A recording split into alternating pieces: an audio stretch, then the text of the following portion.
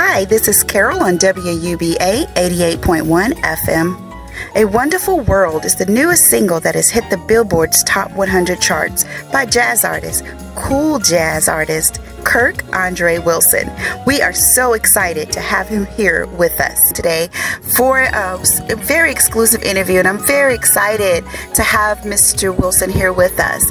One of the things we're going to talk about is, why did he decide to do a rendition of a famous Louis Armstrong hit, and then get into what is jazz, what is smooth jazz, where are we today? So before we get into the questions, I'd just like to take the opportunity to welcome you, Mr. Wilson, to WUBA. How are you today? I'm wonderful. Just so excited to be here. Thanks for having me on your program.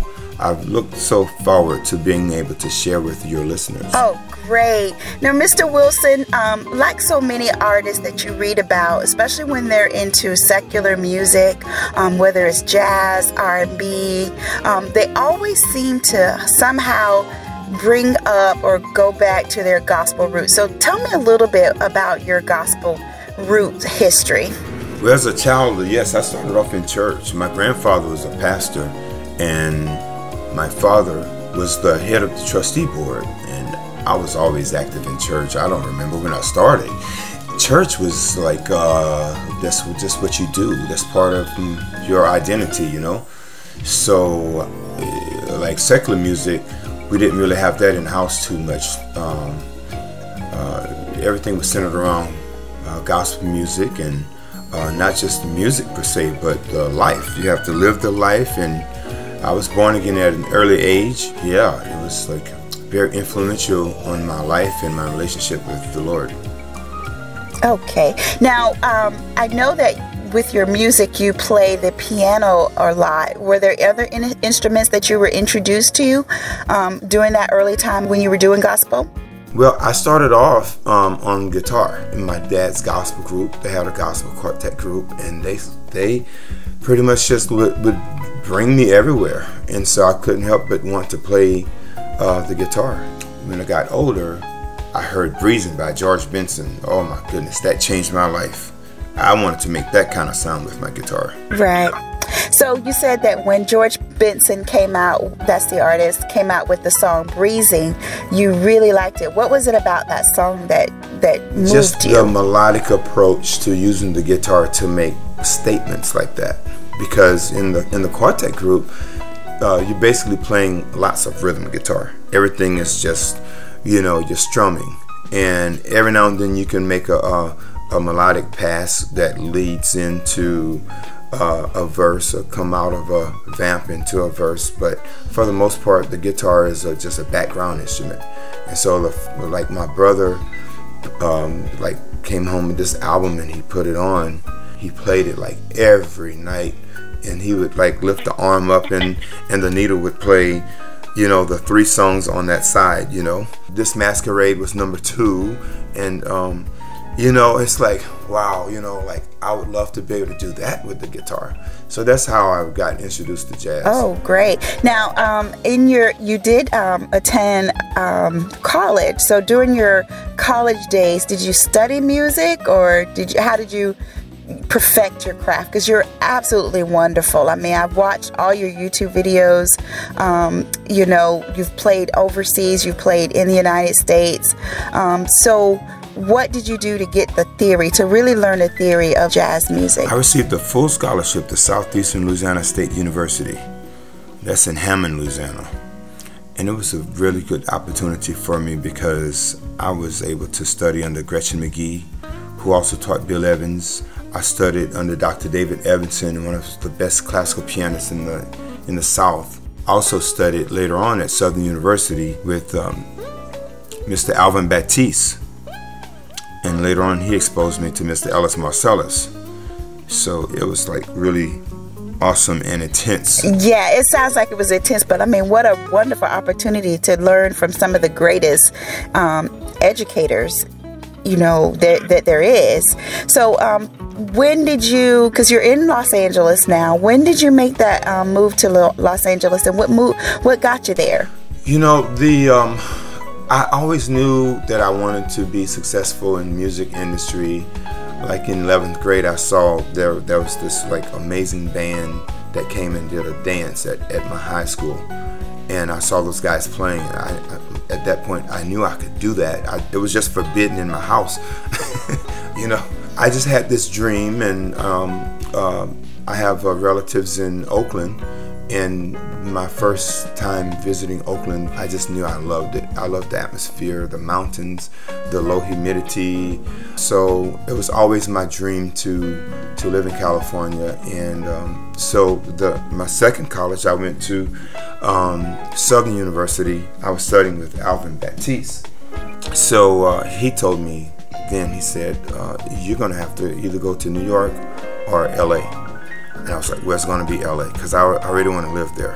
That is how I decided. But, you know, I arrived here, and within about 6 months, I was recording with Norman Connors and Ray Parker Jr. Wow, how exciting. And they're wonderful, wonderful artists.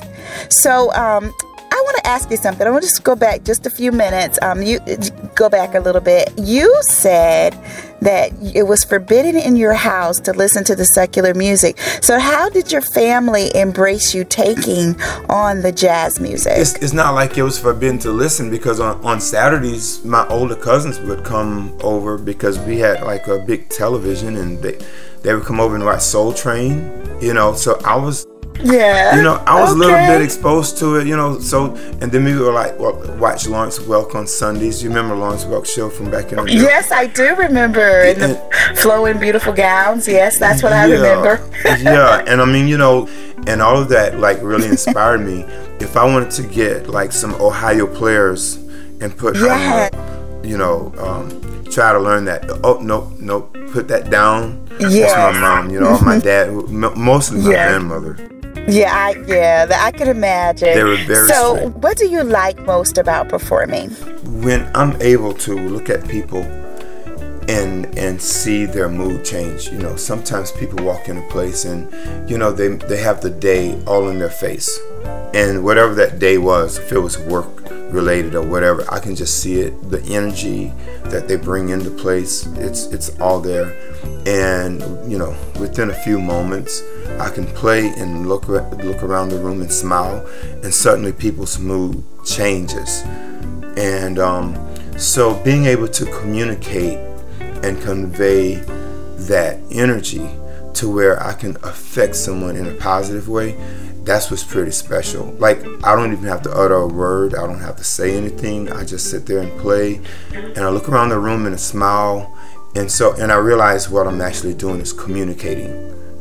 But exactly what I'm communicating is beyond words, and it goes like into their heart and soul, and they can feel my energy. And so my power and my anointing is able to be transferred into their heart, and where they actually receive it. And that's pretty special. And it's also powerful, and something I really honorably respect. Wow. Now, it also says in your bio that you play 11 different styles of jazz, and I know we don't have a lot of time on this broadcast to get into all the 11 styles, but how on earth can you even put a definition to 11 styles of jazz? From what I understand, there's smooth jazz, and that's another question. There's smooth jazz, and you consider yourself a West Coast jazz artist. What is the difference? I put that in my bio. I want people to think. I want people to be interested enough to where, you know, you need to listen to this, you know, because it's different. Because I do feel like what I'm doing is different. I mean, every artist is, you know, that's part of having originality, is to say you're different. Whereas in my music, you can hear the melody. Once I begin to improvise, the melody drops off, and the focus is the improvisation.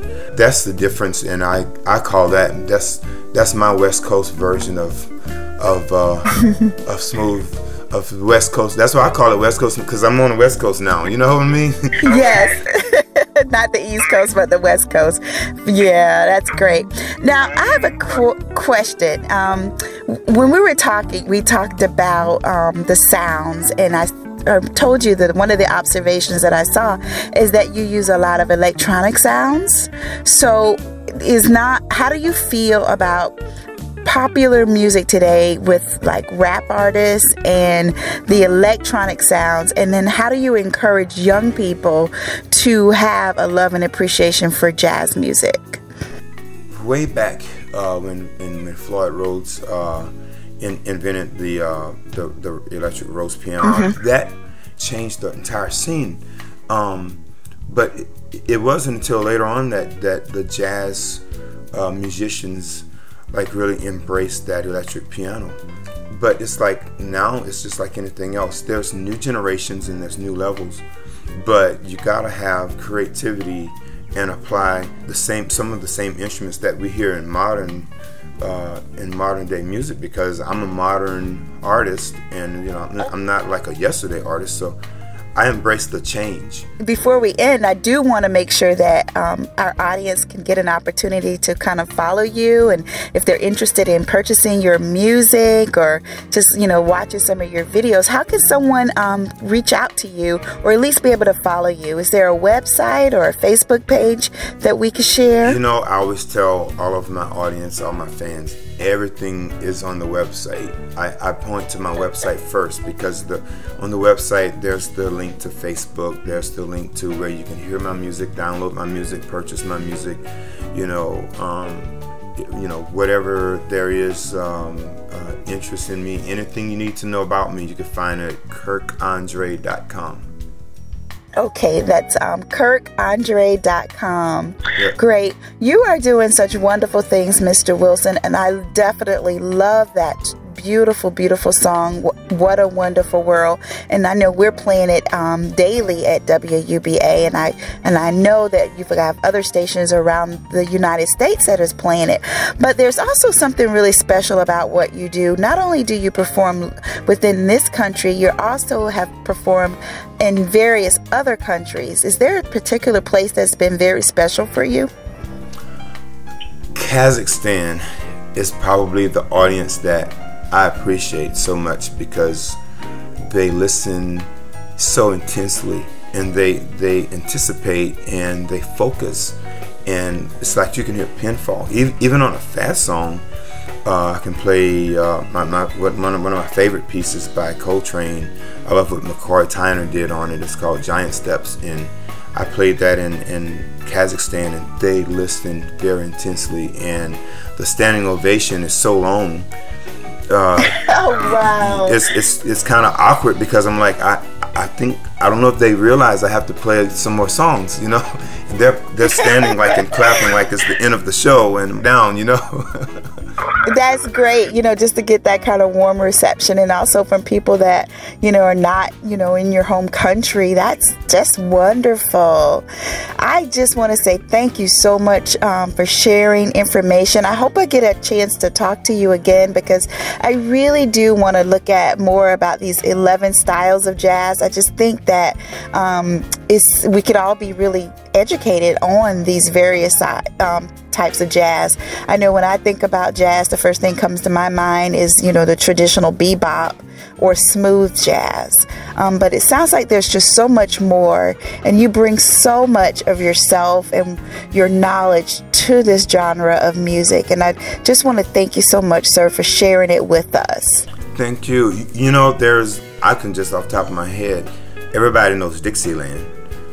You know, that's jazz. And then you have Latin jazz, you know, and then of course smooth jazz, contemporary jazz, jazz standards, which is like stuff you hear in a movie. That's jazz, but it's written for a movie. Okay, so let me stop you real quick. What's the difference between contemporary and smooth? Okay, so contemporary jazz, an example of that would be like one of my influences from back in the day. I grew up listening to this guy by the name of Ramsey Lewis. That's contemporary jazz. Joe Sample, that's contemporary. Whereas like McCoy Tyner, that's bebop. Oscar Peterson, that's classic jazz. I really love this guy's music, a gentleman by the name of Norman Brown. That's smooth jazz. Okay. Now, I know you've worked with, you mentioned Norman Connors, Ray Parker Jr., and you also have worked with Stevie Wonder. What were those experiences like for you? It was, first of all, it was amazing. Like all three of them were equally different. Ray was like getting a guitar lesson in the studio, you know, and not just playing guitar, but just business, because he's an exceptional businessman. I was just so honored to be able to you know, work with him. Norman Connors was like so cool. I had a good understanding of what I needed to do musically, Okay. but the business of music, Norman taught me so much. I'm so grateful for him. You know, just life being a life of a successful musician and entertainer. And working with Stevie, wow.